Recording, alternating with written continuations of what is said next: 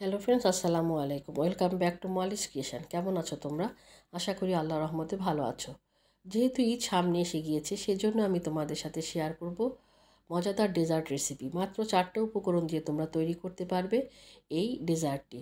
এটা হচ্ছে chocolate pudding recipe, সাবুদানা দিয়ে চকলেট পুডিং রেসিপি। এটা ঈদের মধ্যে বলো বা যেহেতু বর্তমানে রোজা চলছে, ইফতারিতে বলো, যে কোনো সময় বা গরমের দিনে কলিজা ঠান্ডা করা একটা রেসিপি এই সাবুদানার দিয়ে পুডিং রেসিপি।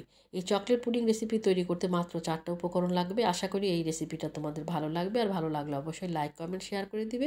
যারা ফেসবুক পেজ থেকে দেখছো, এখনও পেজটা ফলো না করে থাকলে ফলো করে দিও। আর যারা ইউটিউব চ্যানেল থেকে দেখছো, যদি এখনও চ্যানেলটি সাবস্ক্রাইব না করে থাকো, ভালো লেগে থাকলে চ্যানেলটি সাবস্ক্রাইব করে নিও। এখানে আমি 4 কাপ পানি বসিয়ে দিয়েছি, আর এখানে 1 কাপ পানিটা যখনই বলক চলে এসেছে, তখন এর মধ্যে আমি 1 কাপ সাবুদানা দিয়ে দিয়েছি। দিয়ে আমি সাবুদানাটাকে এইভাবে নেড়ে দিচ্ছি। এটাকে খুব ভালো করে সেদ্ধ করে নিতে হবে। দেখো, এটা একদম বলক চলে এসেছে, আর এটা কিন্তু ট্রান্সপারেন্ট হওয়া শুরু হয়েছে, অর্থাৎ এটাকে মুক্তার দানার মতন কিন্তু হয়ে গিয়েছে। এই পর্যায়ে আমরা বুঝতে পারছি যে এটা সেদ্ধ হয়ে গিয়েছে। এখন এটাকে আমি চুলা থেকে নামিয়ে নিব। চুলাটা বন্ধ করে দিয়ে তারপরে আমি এটাকে পানিগুলো ছেঁকে, গরম পানিটা ছেঁকে নিয়ে আমি ঠান্ডা পানির মধ্যে দিয়ে দিব, যেন সাবুদানাগুলো ঝরঝরে থাকে। এটা কিন্তু একটা টিপস। সাবুদানা ঝরঝরে রাখতে হলে অবশ্যই ঠান্ডা পানির মধ্যে দিয়ে দিলে এটা আর জমাট বাঁধবে না। এই যে দেখো, একদম ঠান্ডা পানির মধ্যে দিয়ে আমি এটাকে এখন স্ট্রেনারে ছেঁকে নিয়েছি। এটা আর এখন দলা বাঁধবে না। এখন আমি সেই ফ্রাই মানে পাতিলটাকে আমি আবার ধুয়ে আবার এর মধ্যে দিয়ে দিয়েছি 3 কাপ লিকুইড দুধ। লিকুইড দুধটা দিয়ে আমি কিন্তু চুলা জ্বালাইনি, এটা কিন্তু চুলা অফ অবস্থায় আছে। তো এখন এই লিকুইড দুধ দিয়ে এখন এর মধ্যে আমি দিয়ে দিব কোকো পাউডার। এখানে তোমরা, যেহেতু আমি চকলেট পুডিং বানাবো, সেজন্য এখানে আমি 2 টেবিল চামচ পরিমাণ কোকো পাউডার দিয়েছি। আর এখন এর মধ্যে আমি দিয়ে দিব আগার আগার পাউডার 3 চামচ। আগার আগার পাউডার 3 কাপ দুধের জন্য 3 চামচ আগার আগার পাউডার আমি এর মধ্যে দিয়ে দিয়েছি। আর আগার আগার পাউডার সবসময় ঠান্ডা দুধ বা পানিতে মেশাতে হয়। গরম পানিতে মেশালে কিন্তু এটা কিন্তু জমাট বেঁধে যাবে, সেজন্য এটাকে কিন্তু আমি ঠান্ডা দুধের মধ্যে দিয়ে দিয়েছি। তো দিয়ে এখন এর মধ্যে দিয়ে দিব আমি 1 কাপ চিনি। দিয়ে খুব ভালো করে কিন্তু এটাকে একদম নেড়ে নিতে হবে। সবার শেষে কিন্তু আমি চিনি দিয়েছি। আর মিষ্টিটা তোমরা যে যে ধরনের পছন্দ করো সেভাবে কিন্তু এখানে সেই পরিমাণ মিষ্টি দিবে। তো দেখো, এখন আমি চুলাটা জ্বালিয়ে দিয়েছি। খুব ভালো করে মিশানোর পরে চুলাটা জ্বালিয়ে দিয়েছি। যখনই বলক চলে এসেছে, অর্থাৎ আগার আগার পাউডার কিন্তু বলক চলে আসলে ঘন হওয়া শুরু করে, আর এটা কিন্তু যে কোনো জিনিস জমাট বাঁধতে সাহায্য করে।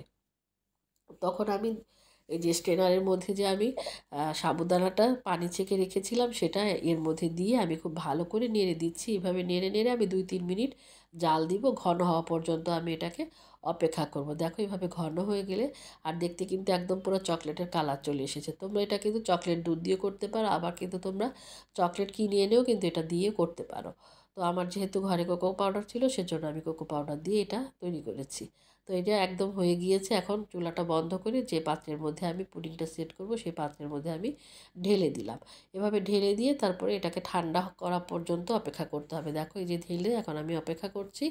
যখন একটু ঠান্ডা হয়ে এসেছে, তখন কিন্তু এটা দেখলে বোঝা যাবে যে ঠান্ডা হয়ে এসেছে। এই যে ঠান্ডা হয়ে এসেছে, এই পর্যায়ে আমি এটাকে ফ্রিজে ঢুকিয়ে রাখবো। ফ্রিজে 15-20 মিনিট ঢুকিয়ে রাখলে কিন্তু এটা একদম সম্পূর্ণ জমাট বেঁধে যাবে। কতটা সহজ এবং কতটা তাড়াতাড়ি একটা ডেজার্ট তৈরি করা যায় সেটা দেখেই বুঝতে পারছো। দেখো কতটা সুন্দর হয়েছে। মোল্ড আউট করে তোমাদেরকে দেখাচ্ছি কতটা সুন্দর হয়েছে এই পুডিংটা, আর কতটা সফট হয়েছে। দেখো, হাত দিয়ে নেড়ে দিয়েই বোঝা যাচ্ছে যে কতটা সফট হয়েছে। এখন আমি কেটে তোমাদেরকে দেখাবো যে কতটা নরম এবং একদম ক্রিমি একটা রেসিপি। এটা কিন্তু মানে নিমিষেই শেষ হয়ে যাবে। রমজানের ইফতারের পরে যেমন খেতে ভালো লাগবে, আবার ঈদের দিন সকালবেলাও কিন্তু এটা তোমরা ঝটপট তৈরি করে নিতে পারো।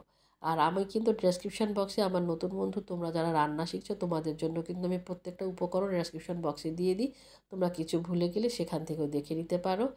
আর পুরনো বন্ধুরা তো অনেক সুন্দর সুন্দর কমেন্টস করে আমাকে উৎসাহ দিয়ে যাচ্ছ। তোমাদেরকে অসংখ্য ধন্যবাদ আমাকে এভাবে সাপোর্ট করার জন্য। আমার চ্যানেলে কিন্তু অনেক ডেজার্ট রেসিপি আছে, অনেক পুডিং রেসিপি আছে।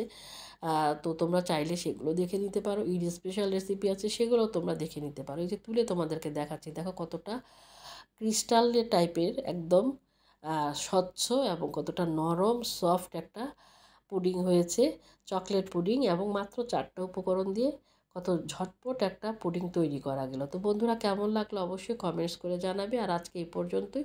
তোমরা সুস্থ থাকো, ভালো থাকো। সামনে আরও সুন্দর সুন্দর ভিডিও নিয়ে তোমাদের সাথে দেখা করব।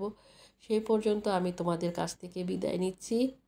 আল্লাহ হাফেজ। Thanks for watching.